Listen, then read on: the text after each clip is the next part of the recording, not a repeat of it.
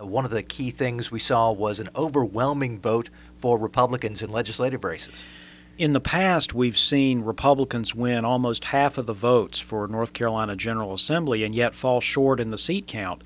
This year, things went very, very differently. Not only did the Republicans win a clear majority of seats in both the North Carolina House and North Carolina Senate, but the total votes cast were overwhelmingly for Republican legislative candidates, about 60% of the vote.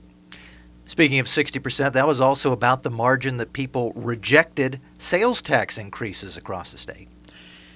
During the early part of this year, some of the counties that voted on sales taxes said yes. Many of those elections were in low turnout primaries or weird times of the year. In the general election results, 14 counties said no to proposed sales tax increases by about a 60% margin.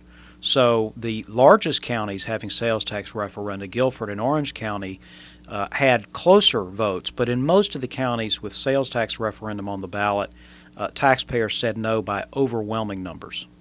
You look at the numbers overall and see a good sign for conservative candidates and also conservative issues. Obviously, most of the focus has been on Republican gains, Republicans taking over the North Carolina General Assembly, Republicans doing well in county races and winning the U.S. Senate race. But I think a broader message from this election is that conservative ideas and conservative-leaning candidates do well. Look at the Democratic delegation to the U.S. Congress. There were 4 Democrats endangered. 3 of them won re-election. They happen to be the Democrats who voted against President Obama's agenda, including Obamacare. The one Democratic incumbent who lost, Bob Etheridge, had supported Obamacare, and that was a major reason why he lost election.